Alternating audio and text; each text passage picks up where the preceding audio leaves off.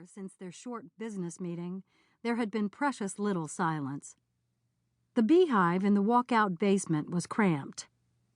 Once it had been the nursery, before the church's expanding baby population had been moved into a brand new wing. Several months ago, the quilters had commandeered the tiny room for their own use. It was just wide enough for a quilting frame and several comfortable pieces of furniture along the wall, but it was filled with light from windows overlooking a fenced-in play yard and an expansive parking lot, and it was all theirs. "I could just stay home," Kate volunteered when they'd all recovered a little, "until Rory's in school full-time." "Don't you dare." Kathy Adams patted Kate's shoulder. She was a warm-hearted grandmotherly woman, a former insurance agent who was now reaping the benefits of an excellent 401k. Kathy was the least accomplished quilter among them, but she was learning fast.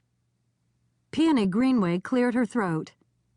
Peony's self-appointed job in the group and in the church in general was to smooth out trouble spots. Rory adds something to the mixture. She paused for effect. "And by the way, on that other subject, I know for a fact Christine will be sleeping at the inn at Narrow Passage. She has a room reserved through the weekend." "You called to check?" Dovey asked. "Of course not."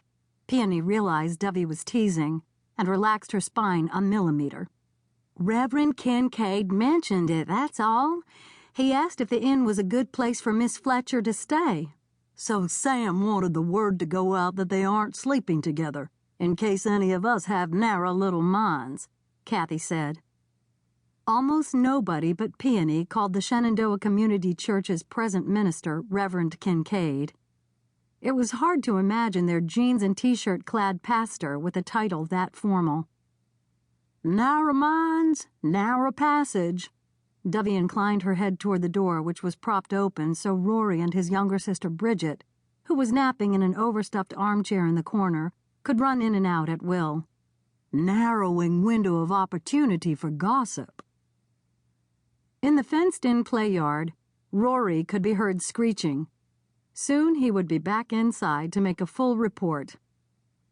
"Sam and Christine have been engaged for years," said Anna, ever the amateur psychologist. "To me, this signals major conflicts in their relationship. Why hasn't he married her?" Helen thought Anna's logic was mostly wishful thinking.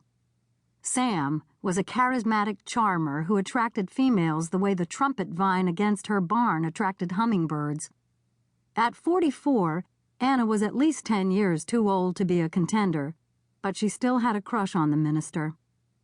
Sometimes Helen wondered if Sam's engagement was merely a tool to keep young women in the congregation at arm's length. "He hasn't married Christine because she doesn't like the country, and she doesn't like us." Dovey leaned over the quilt, stretched taut on a wooden frame, and squinted at a row of stitches. Satisfied, she looked up. "Christine Fletcher is a hothouse gardenia, and we're a wilted bunch of black-eyed Susans, that's a fact." "As if this church isn't filled with government retirees who have seen most of the world up close and personal." Kathy fumbled under her chair for the water bottle she always carried and uncapped it for a big swig. "Maybe so, but those folks came here for the country life and took right to it. Look at you and that husband of yours. Keeping bees, goats, whatever else do you have?" "Last I heard, Alf was looking for a couple of alpacas." Kathy capped her water bottle. "Pretty soon I'll be scared to go out my own door."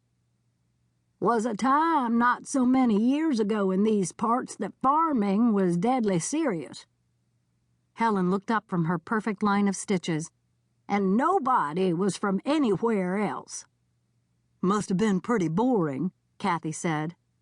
Helen humphed, but she supposed not all the changes in Toms Brook, Virginia, were bad ones. "Back to Christine." Dovey shook her head in disgust. "I swear, this group leaves a subject faster than a hawk swoops off a tree limb." Peony glared at her.